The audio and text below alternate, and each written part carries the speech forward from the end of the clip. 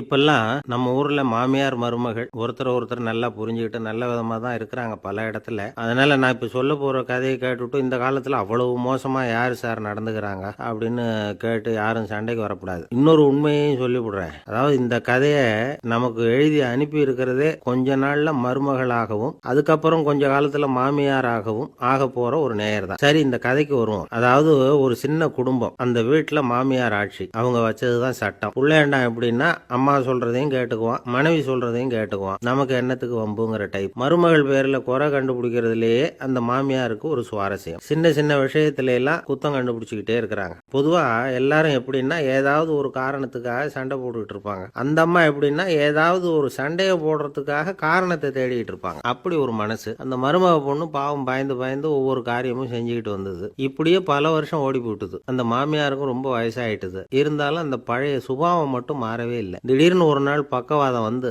அந்த அம்மாவுக்கு ஒரு பக்கம் கை காலை இழுத்துக்கிட்டுது. வாய் சுத்தமா பேச முடியாம போயிட்டுது. சத்தம் மட்டும் வரும். ஒரு பக்கத்து கை காலை அசைக்க முடியும். பேசுறதெல்லாம் கையால தான், அதாவது கை சைகையால. இப்படிப்பட்ட நிலைமையில கூட அந்த பொண்ணு தண்ணியோ பாலோ இவங்க எதிரில் கொண்டாந்து வச்சா அதை வேணும்னே தட்டி விட்டுட்டு ஒம்பு வளர்க்கறது. அதுக்கப்புறம் அந்த பொண்ணு தரையை சுத்தப்படுத்தும்ல, அதை பார்த்து ரசிக்கிறது. இருந்தாலும் அந்த பொண்ணு இதையெல்லாம் பெருசுப்படுத்தாம ரொம்ப பொறுமையா தான் இருந்தது. ஒரு நாள் வீட்டுல வச்சிருந்த பாலை வந்து பூனை குடிச்சிட்டு போயிட்டுது. வயசான காலத்துல இந்த அம்மா பால் இல்லாம கஷ்டப்படுவாங்களே அப்படின்னு நினைச்சு பக்கத்து வீட்டுல போய் கொஞ்சம் பால் வாங்கிட்டு வந்து காய்ச்சி மாமியார் முன்னாடி கொண்டாந்து வச்சுது அந்த பொண்ணு. வழக்கம் போல அந்த அம்மா பாலை தட்டி விட்டுட்டாங்க. இது அந்த மருமக பொண்ணு கவனிச்சுட்டுது. இவ்வளவு நாள் பொறுமையா இருந்த அந்த மருமகளுக்கு இன்னைக்கு இதை பார்த்துதான் அசாத்திய கோபம் வந்துட்டுது. கதவுக்கு பக்கத்துல சாத்தி வச்சிருந்த உலக்கையை எடுத்து மாமியார் தலையில போட அது குறி தவறி கழுத்துல பட அந்த அம்மா கழுத்தை பிடிச்சிக்கிட்டு ஊன்னு கத்த இந்த பொண்ணு ஒன்னும் அலட்டிக்காம உலக்கையை எடுத்து மறுபடியும் கதவு பக்கம் சாத்தி வச்சுட்டு அது பாட்டுக்கு நடந்து போயிட்டுது. இருந்தாலும் மனசுக்குள்ள லேசா ஒரு பயம். கணவன் வீட்டுக்கு வந்ததும் என்ன விஷயம்னு கேட்டா எப்படி சமாளிக்கிறது. அன்னைக்குன்னு பார்த்து ரொம்ப நேரம் கழிச்சு வீடு வந்து சேர்ந்தான் கணவன். உடனே அந்த அம்மா